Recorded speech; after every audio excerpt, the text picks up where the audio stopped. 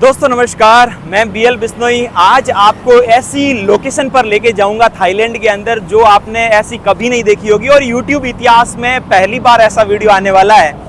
Thailand का जब भी नाम सुनते हैं हमारे दिमाग में नाइट लाइफ और ऐशो आराम वाली एकदम मौज मस्ती वाली ज़िंदगी जो है वो दिमाग में आती है। लेकिन कुछ ऐसी ज़िंदगी और ऐसी कॉलोनी दिखाऊंगा जहाँ पर लोग दो वक्त के खाने के लिए भी बहुत ही ज़्यादा स्ट्रगल कर रहे हैं। फिलहाल आप मेरे पीछे देख रहे हो बहुत ही ज़्यादा ये पोश इलाका है। आसपास बहुत ही बड़ी बड़ी बिल्डिंग्स और साफ सुथरी सड़कों के बीच में मैं यहाँ पर आज की वीडियो यात्रा की शुरुआत कर रहा हूँ। मेरे सामने चमचुरी स्क्वायर करके ये बिल्डिंग है और इस बस स्टैंड का नाम ही चमचुरी स्क्वायर है और बहुत सारे लोग जो है वो आ रहे हैं जा रहे हैं और खूब मज़े कर रहे हैं। तो ये देखिए मेरे को देख के हंस रहे हैं, हेलो। तो भाई ये कुछ ऐसी ज़िंदगी है। लेकिन जैसे ही मैं आपको एक क्लोंग तोई नाम से उस जगह में लेके जाऊंगा तो वहाँ पर आप देखोगे कि थाईलैंड के अंदर झोपड़पट्टी का जीवन कैसा है। मैंने आपको इंडिया के अलग अलग बड़ी बड़ी सिटीज़ के जो है वो झोपड़पट्टियों के नज़ारे दिखाए, मुंबई, बेंगलोर, हैदराबाद, दिल्ली, सब कुछ दिखाया। लेकिन अब हम थाईलैंड के अंदर देखेंगे स्ट्रगल भरा जीवन। आइए चलिए मेरे साथ और देखना, एंड तक बहुत ज़्यादा मज़ा आने वाला है। मुझे मिली है नॉन एसी बस। यहाँ पर आप देख सकते हैं थाईलैंड की नॉन एसी बस कुछ इस प्रकार की होती है। इधर की साइड 2 की सीट होती है और एक साइड पूरी 1-1 की सीट होती है। और बाकी जो एसी वाली बस होती है वो अपने जो दिल्ली में नहीं चलती, वो बिल्कुल सेम वही बस है। उसमें भी मैंने सफ़र किया लेकिन वीडियो नहीं बना पाया। तो फिलहाल मेरी लोकेशन पर यही बस जाएगी। फाइनली मैं पहुंच चुका हूं क्लोंग तोई स्लम एरिया के अंदर और अब स्लम एरिया की शुरुआत हो चुकी है। ओवर ब्रिज ऊपर बना हुआ है, गाड़ियां चलती है। उधर की साइड भी साथ में एक ओवर ब्रिज है 4 लेन। तो यहां पर गाड़ियां जो है चल रही है और ओवर ब्रिज के नीचे ही जो है आप देख सकते हैं पूरा का पूरा दुकानें और ऐसे गैराज जो है वो इस प्रकार से सेट किए हुए हैं। तो फिलहाल अब हम स्लम एरिया के अंदर एंट्री करने वाले हैं। बहुत ही खतरनाक इलाका है। यहाँ पर थोड़ा सा बताया जाता है कि भाई खतरा होता है, थोड़ा नशे वसे करने वाले भी जो है वो लोग युवा साथी यहाँ पर रहते हैं। तो बाहर से घूमने आने वाले लोगों के साथ लूटपाट भी हो सकती है। तो फिलहाल ओवर ब्रिज के नीचे कितनी अच्छी साफ़ सुथरी जो है वो सड़क बिल्कुल नहीं टूटी हुई है। बाकी तो अपने उधर होता तो ओवर ब्रिज के नीचे तो पता नहीं क्या ही हाल होता होगा। लेकिन फ़िलहाल कुछ ऐसी ज़िंदगी जो है वो मैं दिखा रहा हूँ। बहुत सारे लोग जो है वो आसपास इस प्रकार से सब्जियाँ आई है, जो है वो आयात निर्यात का यहाँ पर काम जो है वो चलता है। फिलहाल यहाँ पर पटरी भी है दोनों ओवर ब्रिज के बीच के अंदर। देखिए रेलवे पटरी यहाँ पर जो है वो चलती है। यहाँ पर देखिए सर्विसिंग का काम भी चल रहा है। बहुत सारी दुकानें जो है वो ओवर ब्रिज के नीचे सेटल है। यहाँ पर आप देख सकते हैं पूरी की पूरी ये पटरी है। यहाँ पर ट्रेन चलती है, आती जाती है। तो चलते हैं, यहाँ का माहौल देखते हैं, दिखाता हूँ यहाँ की ज़िंदगी कैसी है। इस तरह से यहाँ पर देखिए बहुत सारे जो है वो औजार की दुकान छोटी सी जो है वो लगाई गई है। तो भाई साहब पेचकस, पाने वगैरह बेच रहे हैं और आसपास टोटल गाड़ियों को सही करने वाली ही दुकानें लगी हुई है। मोटरसाइकिल, कार और जितने भी है। तो गाड़ियों के अस्पताल छोटे छोटे बने हुए हैं। इधर एक भाई साहब खड़े हैं जिनके शरीर के ऊपर बहुत सारे टैटू जो है वो बने हुए हैं। अब धीरे धीरे ये इस प्रकार से हम एंट्री कर रहे हैं और अच्छे अच्छे फ्लैट्स भी यहाँ पर देखिए बने हुए हैं। नीचे खाने पीने की दुकानें हैं यहाँ के लोग। और यहाँ पर थोड़ा सा खाना पीना जो है वो सस्ता है सिटी सेंटर के मुकाबले। यहाँ पर स्लम एरिया चाहे मुंबई में हो चाहे दिल्ली में हो, कहीं पे भी हो, जहाँ पे भी स्लम एरिया रहेगा वहाँ पर आपको खाने पीने की चीज़ें और बहुत कुछ चीज़ें जो है वो सस्ती जो है वो मिलती है। तो ये एरिया है। फिलहाल यहाँ पर मैं पूरा घुमाऊँगा, देखेंगे यहाँ की ज़िंदगी कैसी है। आप एंड तक देखना, बहुत ज़्यादा मज़ा आने वाला है। आपको बताना चाहूँगा कि 1950 के आसपास जब बैंकॉक में तेज़ी से डेवलप हो रहा था तो उस टाइम इस जो ये एरिया है क्लोंग तोई, इसको क्या है कि आयात और निर्यात के लिए पोर्ट बनाया गया था। तो यहाँ पर आसपास के ग्रामीण लोग और कंबोडिया, वियतनाम से भी आने वाले लोग और म्यांमार से भी बहुत सारे लोग जो है यहाँ पर काम करने के लिए मज़दूर लोग आए थे। तो उनके लिए यहाँ पर रहने की ज़्यादा कुछ व्यवस्थाएं थी नहीं, क्योंकि भाड़ा और बहुत ही चीज़ें जो है वो महंगी होने के कारण यहाँ पर सरकारी ज़मीन जो है वो खाली पड़ा करती थी। तो वहीं पर लोगों ने जो है झोपड़पट्टियाँ डाल के रहना शुरू कर दिया और वहीं से शुरुआत हुई इस स्लम एरिया की। तो आज भी यहाँ पर झोंपड़ों के अंदर जो है वो लोग रहने को मजबूर है, लेकिन गवर्नमेंट की ज़मीन के ऊपर जो है वो झोंपड़े बनाए गए हैं। तो मैं उसी इलाके के अंदर धीरे धीरे आगे बढ़ने की कोशिश कर रहा हूँ। एंड तक देखना कैसी ज़िंदगी है और 2 वक्त का खाना और गुजर बसर करने के लिए लोग किन किन हालातों से यहाँ पर गुजर रहे हैं। जैसे ही दिमाग के अंदर थाईलैंड का नाम आता है तो हमारी इमेज में एक आती है नाइट लाइफ, लेकिन उस लाइफ से भी हटकर कुछ ऐसी जिंदगियां भी गुजर बसर कर रही है थाईलैंड में। तो YouTube पर ऐसा वीडियो आपको पहली बार देखने को मिलेगा, मज़ा आएगा। और कैसा लगता है आप कमेंट ज़रूर करिएगा। सिर्फ भारत ही नहीं, दूसरे देशों की भी हालात कुछ ऐसी होती है, लेकिन अपने अपने देश के हिसाब से लोग जो है वो सर्वाइव करते हैं। यहाँ पर 7-Eleven है, ये मिनी मार्ट है, 7-Eleven की तरह ही है। तो यहाँ पर एक वेंडिंग मशीन लगी हुई है जिसके अंदर 1 बात का कॉइन आप डालोगे तो आपको यहाँ पर 1.5 लीटर का पानी की बोतल आपके अंदर यहाँ पर फिलअप हो जाएगी। तो यहाँ पर कुछ सिस्टम है, तो मैं भी यहाँ से अपने पास बोतल है वो भरना चाहूँगा। यहाँ पर 2 लीटर वाली बोतल इसीलिए रखता हूँ ताकि कहीं पे भी पानी मिले तो पूरा 2 लीटर भर दिया जाए। 1 लीटर में कुछ होता नहीं है, इतनी गर्मी है कि क्या बताएं, इसलिए पूरा 2 लीटर का पानी और 1 बात का कॉइन जो है वो अंदर डालते हैं। जैसे ही अंदर डाला यहाँ से पानी बड़ा फास्ट आएगा और ये जो बटन है इसको प्रेस करना पड़ेगा। तो ये यहाँ पर लगभग 1-1.5 लीटर पानी जो है वो अपनी बोतल जो है वो फिलअप हो जाती है। तो ये आ चुका भाई देखो। तो 1 बात यानी कि लगभग 2.5 रुपये के अंदर यार इतना सारा पानी मिल रहा है तो क्या ही बताएं। और इतना महंगा देश है, लेकिन इनके यहाँ के लोकल के हिसाब से महंगा नहीं है, अपने भारत के हिसाब से महंगा है भाई। यहाँ पर मैंने गूगल में पता किया कि लोकल जो नॉर्मल से नॉर्मल जो मजदूर है उनकी आय भी इंडिया की लगभग 25 से 30 हज़ार रुपये मंथली कमाते हैं, और इंडिया का मैंने पता किया तो 3,000 से 8,000 रुपये दिखाया। तो यहाँ पर नॉर्मल जो साफ सफाई करने वाले जो चपड़ासी होते हैं वो भी 25 से 30 हज़ार रुपये कमाते हैं, तो उनके लिए ज़्यादा महंगा ही नहीं है। और अपने लिए इंडिया के हिसाब से भाई थाईलैंड काफ़ी थोड़ा सा महंगा है। इस इलाके में आते ही कुछ ऐसे नज़ारे अपने को देखने को मिलते हैं। तो ये है यहाँ के लोकल मजदूर, और आसपास नीचे जो है दुकानें बनी हुई है ये सब आयात और निर्यात के अंदर काम आने वाली दुकानें हैं। कुछ यहाँ पर लोकल चीज़ें जो है बेचना है, और ऊपर की साइड रेजिडेंशियल एरिया है। रहने के लिए यहाँ पर बनाए गए फ्लैट्स अब धीरे धीरे जो है वो गवर्नमेंट ने अप्रूव कर दिए, तो यहाँ पर लोगों ने और यहाँ पर फ्लैट्स जो है वो बिल्डर्स ने बना दिए और बेचने लगे। लेकिन आगे जैसे जैसे मैं बढ़ूँगा आपको कच्ची झोपड़पट्टियाँ लकड़ियों से बनी हुई भी मिलेगी। तो फिलहाल कुछ माहौल पूरा का पूरा चेंज हो चुका है। यहाँ पर आने से देखिए ऐसी दुकानें जो है वो सिटी सेंटर में आपको नहीं मिलेगी, है ना। पोस इलाके से इस इलाके में आते ही कितनी वाइब जो है वो चेंज हो चुकी है। गजब गर्मी है, मैं पूरा का पूरा जो है वो भीग चुका हूँ पसीने के अंदर। और यहाँ पर एक गली के अंदर जो है वो मैंने एंट्री मार ली है।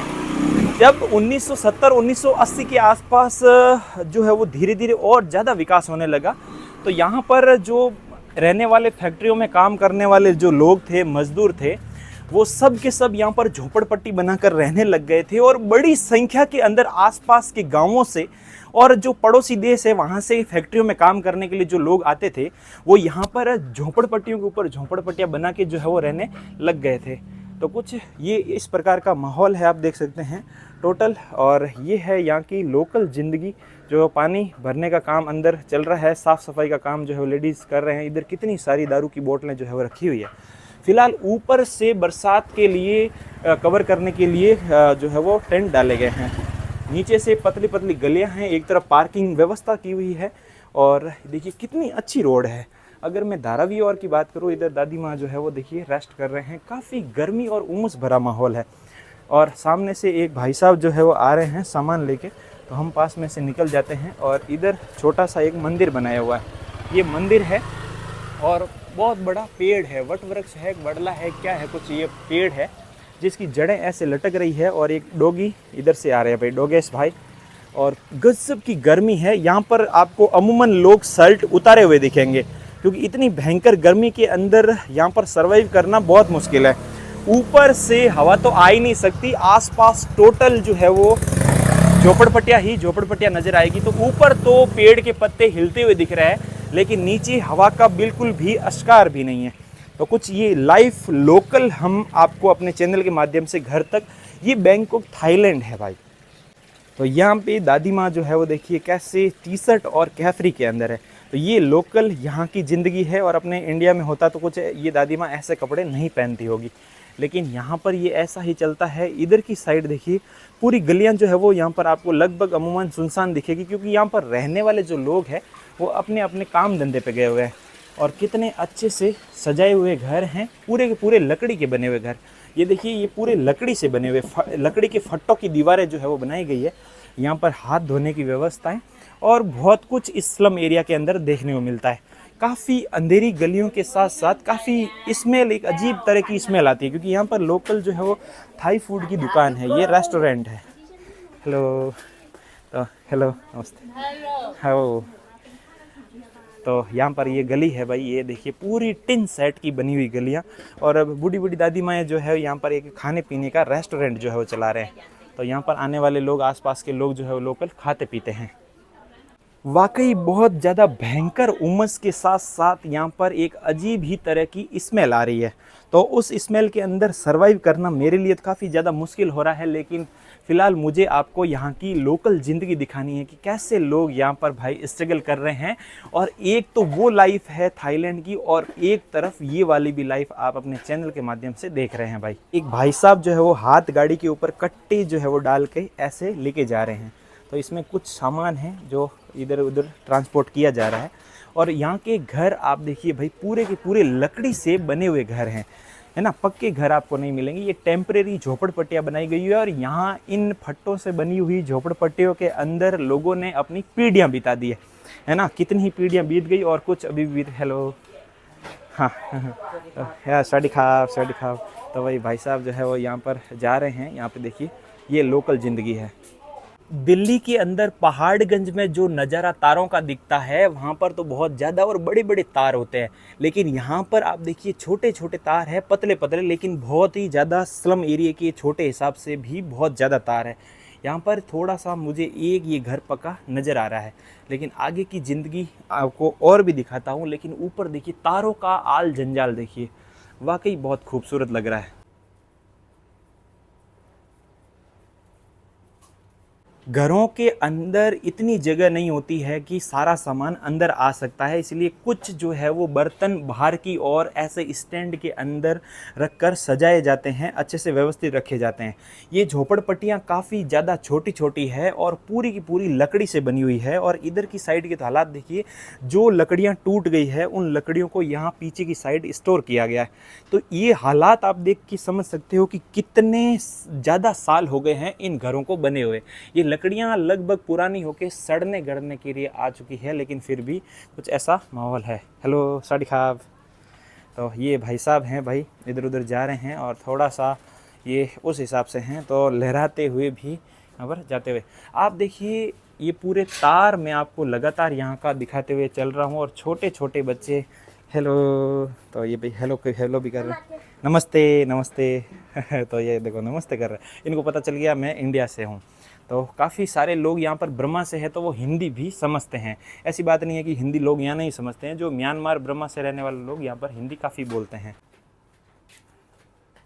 इतनी पतली गली के अंदर भी साइड में दुकानें जो है वो चल रही है। और यहाँ पे दादी माँ जो है वो कुछ खाने पीने का बेच रहे हैं। और ये देखिए, यहाँ पर बिक रहा है रेशम के कीड़े।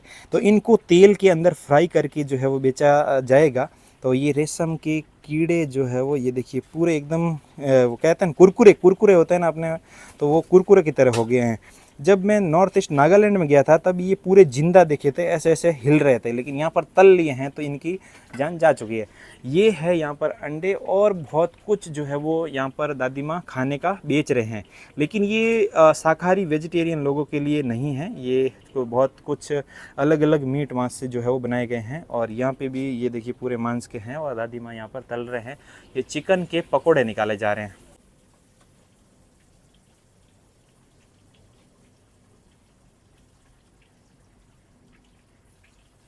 वाकई बहुत ज़्यादा परेशान हो चुका हूँ गर्मी की वजह से। बाकी तो कोई टेंशन नहीं है, आप आराम से यहाँ पर घूम सकते हो और अभी तक मुझे घूमने में कोई ज़्यादा प्रॉब्लम नहीं आई है। जितने भी घर हैं उन घरों के ऊपर कुछ ऐसे नंबर लिखे हुए हैं ताकि इनके घरों की पहचान हो सके। सामने वाले घर के ऊपर भी कुछ नंबर लिखे हुए हैं। लेकिन ये देख सकते हो दोनों तरफ गली है बड़ी बड़ी और बीच में ये कवर करने के हिसाब से यहाँ पर जो है वो छपरे बनाए गए हैं ताकि नीचे रखे हुए ये जूते और सामान जो है वो भीगे नहीं। फ़िलहाल मैं धीरे धीरे इन गलियों से होता हुआ आगे बढ़ता हूँ और आपको ये नज़ारा यहाँ पर दिखा रहा हूँ। इधर भी देखिए भूल भुलैया तरह ये गलियाँ हैं। तो कुछ ये ज़िंदगी लोकल हम यहाँ पर देख रहे हैं। एक दुकान यहाँ पे भी है जो दादी तो यहाँ पर एक बहन जी है, वो दुकान इस प्रकार से कुछ बेच रहे हैं। तो यहाँ पर ये कुछ मांस से बनाए हुए कुछ चीज़ें जो है यहाँ पर लोकल थाई फूड जो है वो बेचा जा रहा है। तो और यहाँ पर पंखा चल रहा है, इतनी भयंकर उमस है और ये रेस्टोरेंट यहाँ पर चला रहा है। तो इन रेस्टोरेंट की वजह से भी काफ़ी ज़्यादा एक अलग ही तेल वाली उमस जो है वो आ रही है। इधर दादी माँ जो है वो बाहर की ओर हवा ले रहे हैं, लोकल लोग भी हैं यहाँ पर जो है वो भाई बैठे हैं।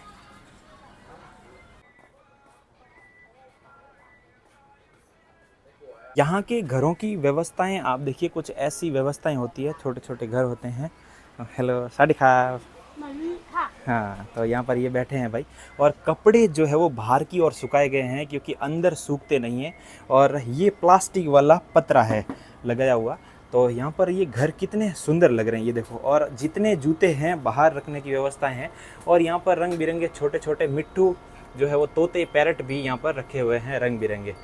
जैसे जैसे मैं आगे जा रहा हूँ वैसे वैसे गली जो है वो काफ़ी ज़्यादा संकड़ी होती जा रही है। अब आप देख सकते हैं इधर की साइड ये पतरा और इधर की साइड भी पतरा आ गया है। और रसोई के अंदर से जो भाप आ रही है, देखो एग्जॉस्ट फैन यहाँ पर लगा हुआ है, जितनी भी गर्म हवाएं हैं वो बाहर की ओर आ रही है। तो पूरी गली जो है वो उमस से भर चुकी है। एक डोगेश भाई यहाँ पर आराम कर रहे हैं और आगे भी जो है वो कुछ लोकल लाइफ बीत रही है। इधर की साइड काफ़ी खाली एक प्लॉट पड़ा है। तो ये कुछ ऐसी ज़िंदगी में लगातार आपको अपने चैनल के माध्यम से भाई दिखा रहा हूँ। इन झोपड़पट्टियों की अगर मैं बात करूँ तो हर गली आपको छोटी दिखेगी, लेकिन अंदर कितनी बड़ी जो है वो एक टीवी चल रही है। फ़िलहाल लोग बैठे हैं और जो आदमी लोग रहेंगे उनके जो है वो कपड़े खोले हुए रहेंगे, सिर्फ कैफरी में रहेगा। और महिलाएं जो है वो भी कैफरी में है और ऊपर टी शर्ट पहनी रहेगी। बहुत ज़्यादा गर्मी के चलते। और यहाँ पर थोड़े से कपड़े उड़ते हुए दिख रहे हैं, हवा जो है वो आ रही है। और गेट हल्का सा खुला किया हुआ है ताकि अंदर से जो भाप और जो भी गर्म हवाएं हैं वो बाहर आ सके और बाहर से ठंडी हवाएं जो है वो अंदर जा सके। ये कुछ यहाँ पर ये घर हैं और ये देख सो भाई, ये घरों की यहाँ की व्यवस्थाएं थोड़ी सी आप देखिए कुछ ऐसी होती है। कितना मस्त सजाया हुआ घर है देखो।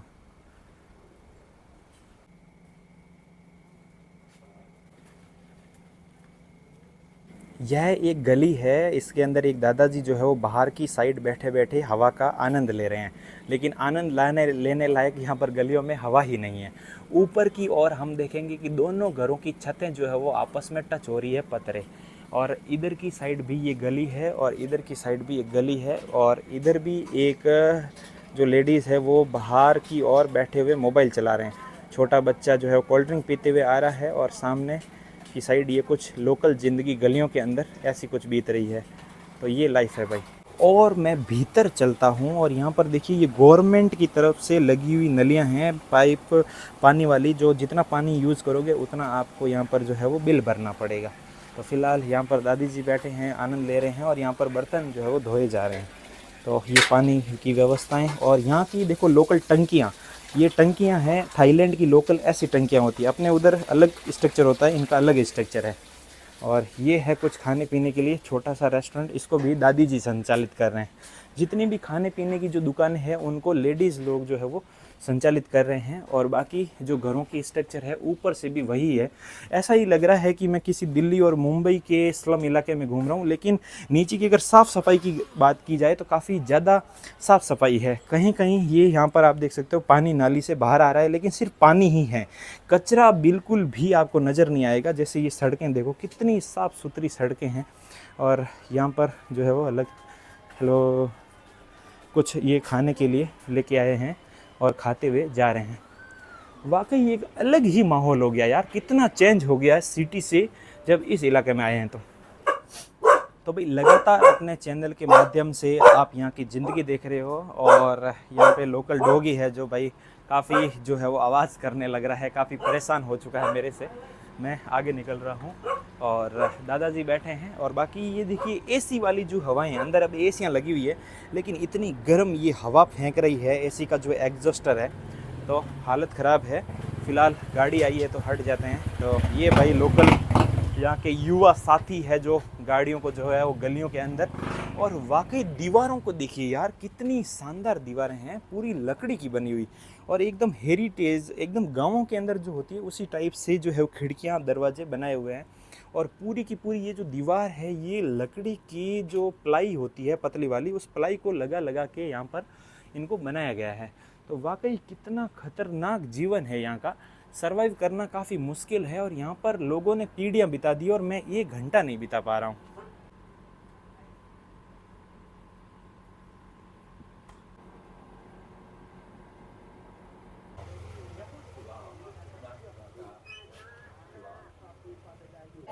यहाँ पर कुछ थोड़ी बहुत लड़ाई हो चुकी है पता नहीं, और इनकी पीठ पे कितना बड़ा जो है वो टैटू बनाया गया है।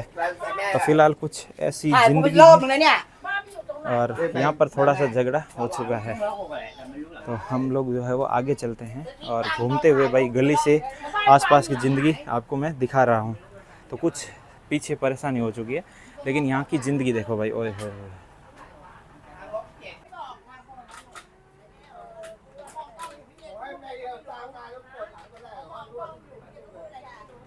यहाँ पर एक लोकल दुकान है जिसके ऊपर छोटी छोटी रंग बिरंगी खूबसूरत मछलियाँ बिक रही है। तो ये घर के अंदर सजाने के लिए एक्वेरियम के अंदर रखी हुई मछलियाँ हैं।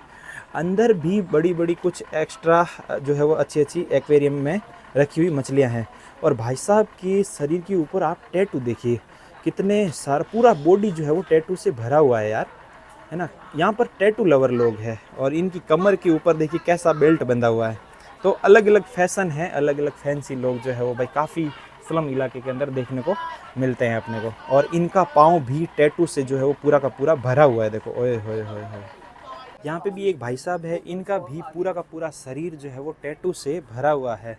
ओ नाइस, वेरी नाइस। तो ये देखिए भाई इनके टैटू भी है काफ़ी, पूरा पेट और हाथ हैंड। ओ यहाँ पर काफ़ी समय पहले झोपड़पट्टियाँ और घर हुआ करते थे, लेकिन ये घर पता नहीं डिस्ट्रॉय कर दिया गया है। घरों के नीचे पानी आ रहा है यार, मतलब ये घर बम्बुओं के ऊपर खड़े हैं, लकड़ी के घर बने हुए। जैसे दारू खाना मुंबई के साइड में मैंने आपको दिखाए थे, जो पानी के ऊपर बम्बुओं पे खड़े जो झोपड़पट्टियाँ हैं, उसी टाइप की जो है वो यहाँ पर झोपड़पट्टियाँ बनी हुई है। तो ये पोर्ट इलाका हुआ करता था और जितने भी कपड़े जो है वो बाहर की ओर सुखाए गए हैं।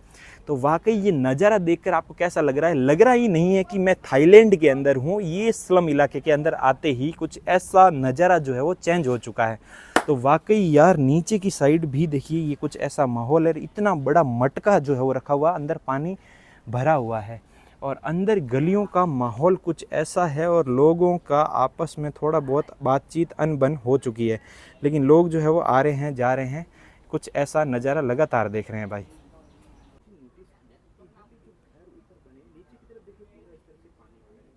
इतना कंजस्टेड ये स्लम इलाका होते हुए भी यहाँ पर एक पब्लिक पार्क बनाया गया है बच्चों के खेलने के लिए। आप यहाँ से थोड़ा सा देखिए अंदर की साइड, बहुत सारे जो है वो झूले और खेलने लायक बहुत सारे इंस्ट्रूमेंट जो है वो यहाँ पर रखे हुए हैं। इधर भी घर है और वाकई मेरा जो शर्ट है पूरा का पूरा पसीने से जो है वो लथपथ हो चुका है, भीग चुका हूँ मैं। लेकिन जहाँ तक नज़र जा रही है वहाँ तक ये गलियाँ ख़त्म ही नहीं हो रही है। आपको बता दूँ 1.5 किलोमीटर के दायरे के अंदर लगभग 2 लाख से ज़्यादा लोग रह रहे हैं। इतना ज़्यादा कंजस्टेड इलाका है। यानी कि कहने का मतलब ये हुआ कि जैसे जैसे समय बीत रहा वैसे वैसे जनसंख्या वृद्धि होती ही जा रही है और अब तो यहाँ पर पाँव रखने तक की भी खाली जगह नहीं मिलेगी। जो भी होगा आपको यहाँ पर पुरानी झोपड़पट्टी हटाकर नई जो है वो झोपड़पट्टी तैयार करनी होगी, नया घर बनाना पड़ेगा। बाकी लाइट पानी की व्यवस्था एक नंबर है और सड़क तो आप देख सकते हो कितनी सुंदर और सुगम बनाई गई है कंपेयर टू दिल्ली और मुंबई के स्लम एरिया के। मुंबई के अंदर तो आपको चलने का मार्ग भी नहीं दिखेगा। मैंने आपको दिखाया भी है बहुत सारे वीडियोज़ के अंदर, है ना। नाली के पूरी नालियाँ होती है और जो पानी वाले पाइप होते हैं वो पूरे पानी वाले पाइप के ऊपर चलना पड़ता है लोहे के।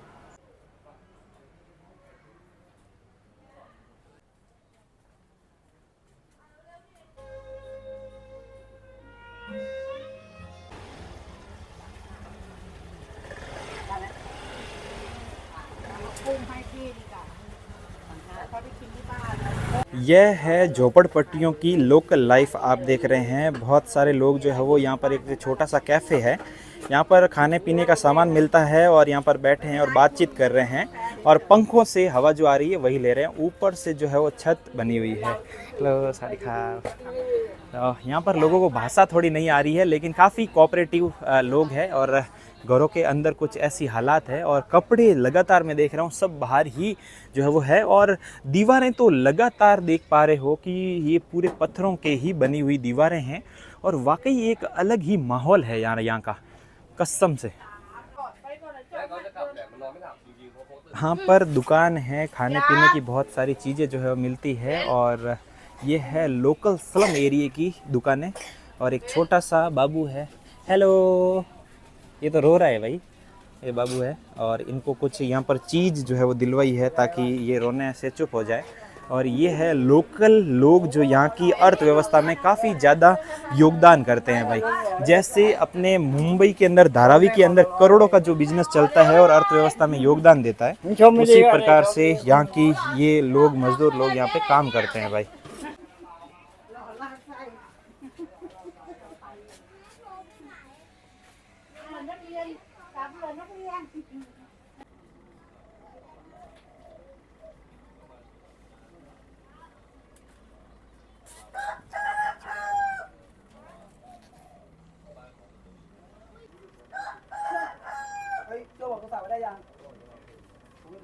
के अंदर मैं देख पा रहा हूँ पूरी की पूरी लकड़ियों से बनी हुई दीवार है। और अंदर जो सीढ़ियाँ बनी हुई है वो भी लकड़ी की बनी हुई है पूरी एकदम। देखिए ऊपर भी जो मंजिल बनी हुई है वो भी पूरी लकड़ी की है और छत जो है वो पत्थरों की, दीवारों की बनी हुई है।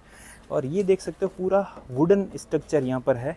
हेलो साड़ी खा। तो यहाँ पर एक गुड़िया जो है वो आई है, वो भी देख रही है कि भाई कोई लोग जो है वो घूमने के लिए आए। और बहुत सारे कपड़े जो है वो घरों के अंदर ऐसे लटके हुए और व्यवस्थित चीज़ों को रखी हुई है। चीज़ें बहुत ही ज़्यादा है और इनको व्यवस्थित रखी हुई है, तब जाके जो है वो सर्वाइव हो पाता है।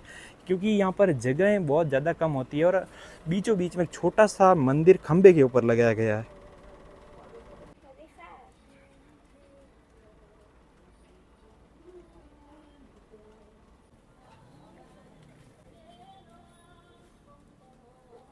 रोड पे चलते चलते मुझे 1 बाट का कॉइन मिला है यहाँ पर, है ना। तो ये साला फोकस क्यों नहीं कर रहा है मेरे हाथ के ऊपर। हाँ अब हुआ, देखो ये 1 बाट का कॉइन है, यानी कि इंडिया के लगभग ये 2 रुपये 70 पैसे हो गए।